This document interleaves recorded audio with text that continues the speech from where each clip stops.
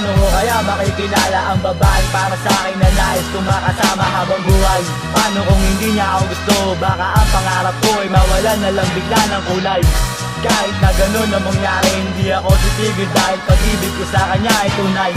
Patnubayan sana siya ng makapangyarihan Diyos Ama na nagbigay sa akin ng buhay. Kahit na malayo ang agwat naming dalawa, di ako titigil hanggat di ko siya nakikita at makausap lamang siya kahit na sandali. Nang sa gayon masulyap ako ang kanyang ngiti upang ang mga pigati ay maibsan. Mga dagok sa buhay sabay naming lalampasan. Di niya na kaya, nandito lang ako aalalay sa kanya. Pati buhay ko ay aking iaalay kahit na sabihin man nilang ako'y tanga.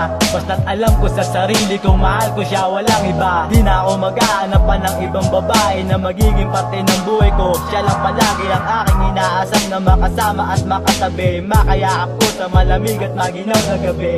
Di na ako maghahangad pa ng iba, ipagkaloob muna po sa aking Diyos Ama.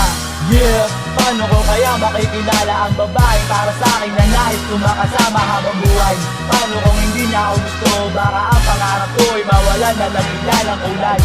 Kahit na gano'n na mangyari, hindi ako titigil dahil pag-ibig ko sa kanya ay tunay.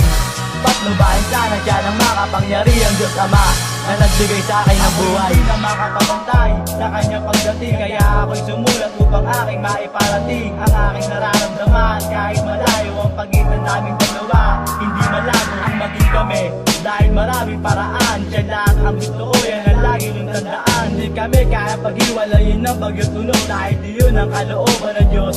Sana ay makilala ko na siya ng lubusan, ng luha sa kanyang mataya ay pupunasan, sugat sa kanyang puso ay aking lulunasan. Sana makarating to sa kanya kahit nasaan man siya. Ikaw lang ang babaeng nais kong ibigin, di kita pakakawalan at sasabihin ko sa'yo na di na ako maghahanap pa ng iba. Ikaw lang talaga ang nais ko makasama. Paano ko kaya makikilala ang babae para sa akin na nais kong makasama habang buhay? Paano kung hindi niya ako gusto? Baka ang pangarap ko ay mawalan na lang bigla ng kulay. Kahit na gano'n na mangyari, hindi ako titigil dahil pag-ibig ko sa kanya ay tunay. Patnubayan sana siya ng makapangyarihan Diyos Ama na nagbigay sa akin ng buhay. Paano ko kaya makikilala ang babae para sa akin na nais kong makasama habang buhay? Paano kung hindi niya ako gusto? Baka ang pangarap ko ay mawalan na lang bigla ng kulay. Kahit na gano'n na mangyari, hindi ako titigil dahil pag-ibig ko sa kanya ay tunay. Patnubayan sana siya ng makapangyarihan Diyos Ama na nagbigay sa akin ng buhay.